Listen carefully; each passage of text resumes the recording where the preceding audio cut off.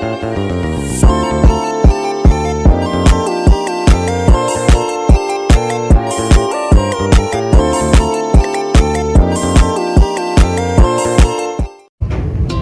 semuanya, perkenalkan saya Amelia Rahma.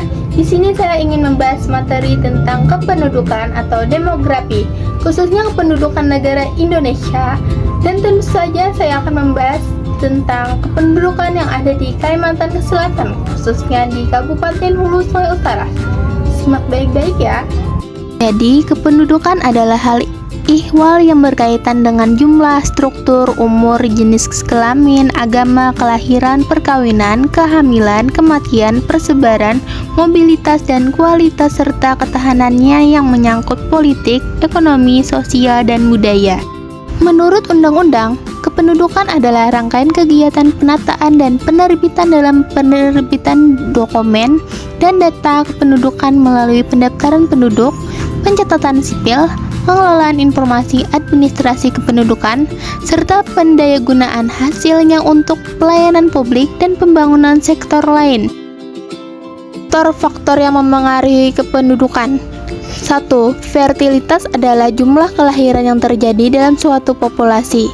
2. Mortalitas adalah jumlah kematian yang terjadi dalam suatu populasi. 3. Migrasi adalah perpindahan penduduk dari suatu wilayah ke wilayah lain. 4.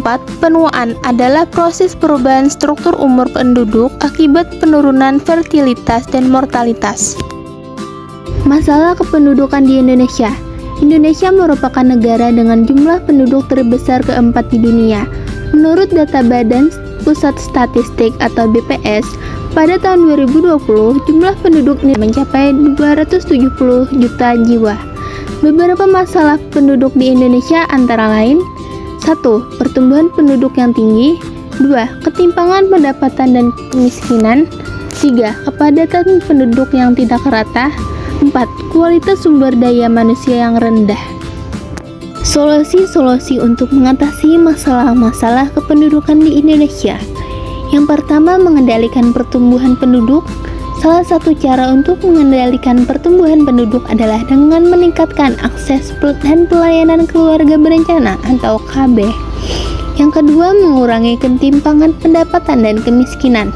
Salah satu cara untuk mengurangi ketimpangan pendapatan dan kemiskinan adalah dengan meningkatkan distribusi dan pemerataan pembangunan antar wilayah. Yang ketiga, meningkatkan kualitas sumber daya manusia. Salah satu cara untuk meningkatkan kualitas sumber daya manusia adalah dengan meningkatkan akses dan mutu pendidikan bagi seluruh lapisan masyarakat. Yang keempat, meningkatkan kependudukan dan lingkungan hidup. Salah satu cara untuk menyeimbangkan kependudukan dan lingkungan hidup adalah dengan menerapkan prinsip pembangunan berkelanjutan. Kependudukan Hulu Sungai Utara. Hulu Sungai Utara merupakan sebuah wilayah kabupaten yang terletak di Provinsi Kalimantan Selatan, Indonesia. Ibu kota Hulu Sungai Utara berada di Amuntai.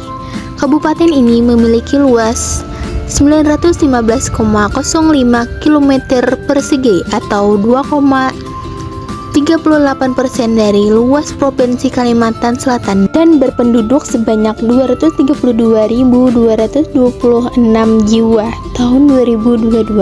Secara umum, Kabupaten Hulu Sungai Utara terletak pada koordinat 2-3 lintang selatan dan 115-116 bujur timur. Dibandingkan dengan kabupaten atau kota lain di Provinsi Kalimantan Selatan, jumlah penduduk Kabupaten Hulu Sungai Utara berada di urutan 11, sementara menurut pulau, kabupaten atau kota ini ada di urutan 33. Pada tahun 2024, mayoritas penduduk Kabupaten Hulu Sungai Utara didominasi oleh usia produktif umur pada rentan 15-59 tahun. Jumlahnya mencapai 157,65 ribu atau 66,51% dari total populasi. Sedangkan usia anak-anak umur 0-14 tahun serta usia lanjut yang berumur lebih dari 60 tahun masing-masing sebesar 23,04% dan 10,45%. Berdasarkan data tersebut, rasio jenis kelamin penduduk Kabupaten Hulu Sungai Utara pada tahun 2023 sebesar 100,39.